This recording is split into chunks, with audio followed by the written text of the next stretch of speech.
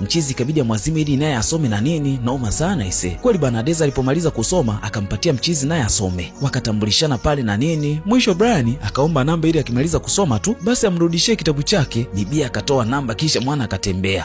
Hii ndo namna nzuri ya kuomba namba kwa mtu. Noma sana hii. Sasa chumba cha Adeze ni kichafu kishenzi. Nguo zimezagaa kila sehemu, yani hadi uvunguni. Ada mawazo yake yamehamia kwa Brian tu kwa sasa. Anawaza inawezekanaje mwanaume kama Brian akampenda yeye. Anavyoonekana hapa hata yeye amempenda mazee. Hata nafsi yake tu inamwambia hivyo. Adeze aliposhtuka asubuhi akawahi kuitazama simu yake na nini. Pengine anaweza kukuta message ya mwana, lakini hola, mchizi hajamcheki wala nini. Noma sana hii. Adeze akaja kujitazama tena kwenye kioo. Bado hajielewi hivi. Anajiona mnene, mwili umeanza kukubali na nini. Sasa kitu ambacho hakipendi ni kunenepa pamoja na kuongeza uzito. Ndio maana hata chakula anakula kidogo sana. Lengo mwili wako upungua siwe mnene aisee. Mama kaja kuuliza, "Utanikwepa kwa muda gani? Najua una hasira na mimi, lakini mimi ni mama yako. Nataka uachane na hayo mambo. Sio kwamba namsaliti baba yako. Hauoni unatengeneza sababu kuu ulimuua ili uolewe na mwanaume mwingine?" Akapigwa kofi la maana mtu wangu.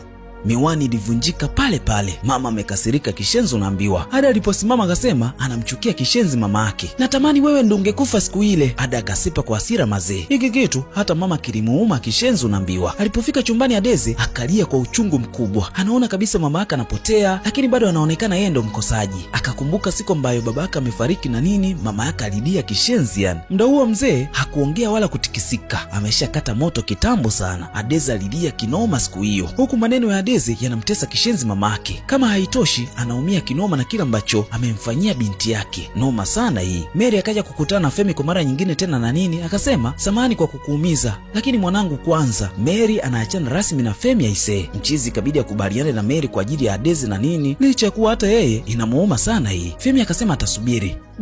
Hili penzi limefia sehemu tulivu sana, bila makelele kabisa. Naamini hili penzi litarudi tu, si mnaona hata nyie? Upande pili kwa Adeze bado nasubiri message ya Brian, lakini mwana alikaa muda mrefu sana bila kumtafuta ise. Hajatuma message wala kupiga simu. Lakini alipokata tamaa kabisa akaamua kulala, pale pale simu yake ikaita. Alipoitazama ilikuwa namba ngeni. Yaani wakati ambao wewe umekata tamaa kabisa ndipo ambapo miujiza yako inatokea. Chukua hiyo. Aliyekuwa anapiga alikuwa Brian. Mwana akasema amemaliza kusoma kitabu na anataka kukirudisha. Bibi akawa amekubali. Mwisho Brian akasema anatamani sana wakutane ili wajadili. Adeze akakubali wakutane park kesho alipompea kitabu. Basi bana, kesho yake mama akamletea miwani mipya Adeze. Adeze akasema asante sana, naenda park. Mama akasema nimeachana na Femi, nilimpenda sana baba yako, sikutaka kuharibu kumbukumbu yake ulionayo. Mama akasema kama kuna kitu anataka kuongea naye basi yeye yupo tayari aise. Adeze akawa amesepa mazee. Sasa Adeze na Brian wakakutana kama walivyokubaliana. Brian akasema hajafurahia kabisa hiki kitabu. Adeze naye akasema vile vile. Akahisi pengine alikosea kitabu, akaongea sana hapa na nini. Wakati Adeze anaongea, Brian muda wote alikuwa anafurahia kumsikiliza Adeze tu kuliko kusikia anachoongea. Noma sana ise. Mwisho mchizi akamsindikiza nyumbani Adeze na nini, vitu ka hizo mtu wangu. Adeze ni mwanafunzi mwenye aibu sana darasani, hapendi makelele wala nini. Sasa leo kwa mara ya kwanza Brian amekuja darasani. Mtu wa kwanza kabisa kumpokea ni Jemina, kwa sababu anampenda sana na anapenda sifa kinoma yani. Ikabidi amtangazie kila mtu darasani, "Huyu ni Brian, ni mgeni wangu leo, kwa hiyo mpokeeni vizuri, sawa?" Jemina akampeleka mchizi akae karibu yake na nini. Harrison alimaindi kishenzi kunyanyuliwa. Noma sana hii. Baada ya darasa Brian akakutana na Adeze. Wakati wanazungumza hapa, Jemina na rafiki yake wakawaona mazee. Brian hakuchukua muda sana akawa amesepa. Pale pale Jemina akamfuata Adeze. "Unafanya nini na Brian?" "Alikuwa anaongea na mimi tu." "Nisikilize, kaa mbali na Brian. Nikikuona karibu yake tena na hapa kwa Mungu utajuta. Umenielewa?" Adeze akawa amekubali mazee. Sasa Brian muda wote akili yake ilikuwa namwaza Adeze tu, alivyokuwa namtazama darasani na nini, mwana ameanza kudata mazima. Ikabidi ampigie simu walao aongee naye tu. Simu ikaita sana kwa Adeze. Mwisho ikabidi apokee tu. Mchizi